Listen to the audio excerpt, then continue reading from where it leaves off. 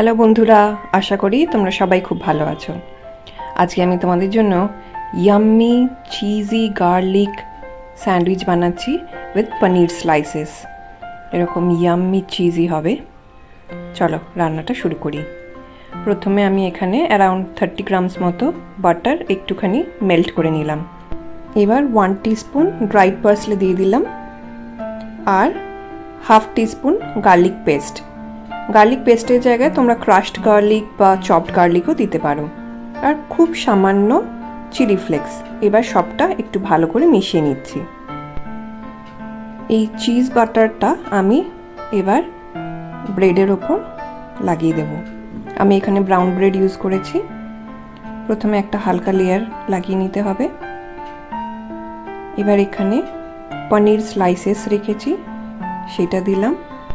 ফ্লেভারের জন্য সামান্য কাঁচা লঙ্কা কুচি করে রেখেছি আর ক্যাপসিকাম কুচি, এটাও দিলাম।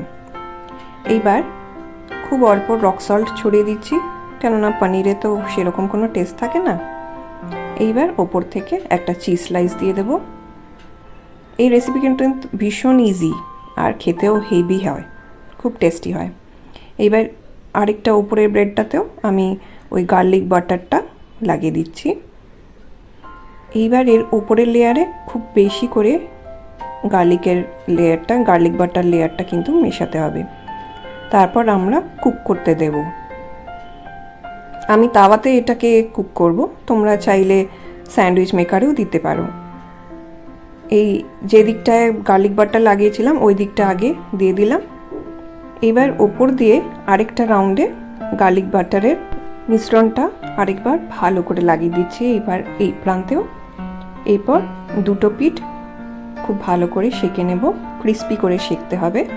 আর ব্রাউন ব্রেড যেহেতু একটু খুব সুন্দর কালার আসবে, ভালো করে ক্রিস্পি করে সেঁকে নিয়ে এরকম কেটে তোমরা সাজিয়ে দাও।